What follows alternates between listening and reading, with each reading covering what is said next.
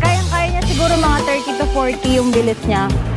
Grabe, sobrang premium ang kanyang looks mo, no? Sa kanyang decals, may design talaga mga Yes, katubig. Pico 2 wheels natin. Ayan, kaya mag-order na kayo dito. At ito pala, mother po ba ito kahit malayo ako? Oo. Kasi nagsasalita ako eh. Yun lang, sasalita ka natin. Mag-vlog ako doon. Ayan guys, papakita ko sa inyo ah. Kuya, mag-zoom ka, Kuya Mike. Papakita ko sa inyo guys. 60. Ayan yung ano natin, dogs natin. Nakaano tayo. Kaya siya Sobrang hanggang layo ng katubig. 30. No? Ayan, oh. So, napakabilis Pero, natin. Pwede pa tayo mag-40. Parang yung nakamotor na din. Pero syempre, e-bike lang tayo. Lagi pa rin tayo sa gilid. Pero yung takbo niya parang motor.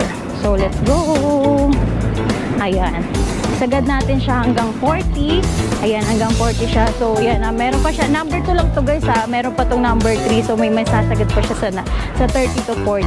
So, ayan. Nakita niyo naman yung... So, guys, andito tayo ngayon sa ating sidecar.